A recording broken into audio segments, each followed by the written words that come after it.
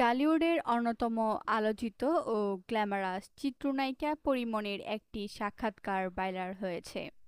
তাতে পরীমনিকে ফুটবল বিশ্বকাপ ও তার প্রিয় ফুটবল তারকাকে নিয়ে কথা বলতে শোনা যায়।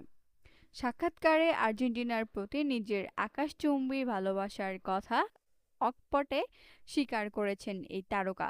ফুটবল জাদুকর লিওনেল মেসির প্রতি নিজের মুগ্ধতার কথা জানাতে গিয়ে পরীমনি বলেন, আমি আর্জেন্টিনা, আমি আজীবনের আর্জেন্টিনা, আই লাভ মেসি।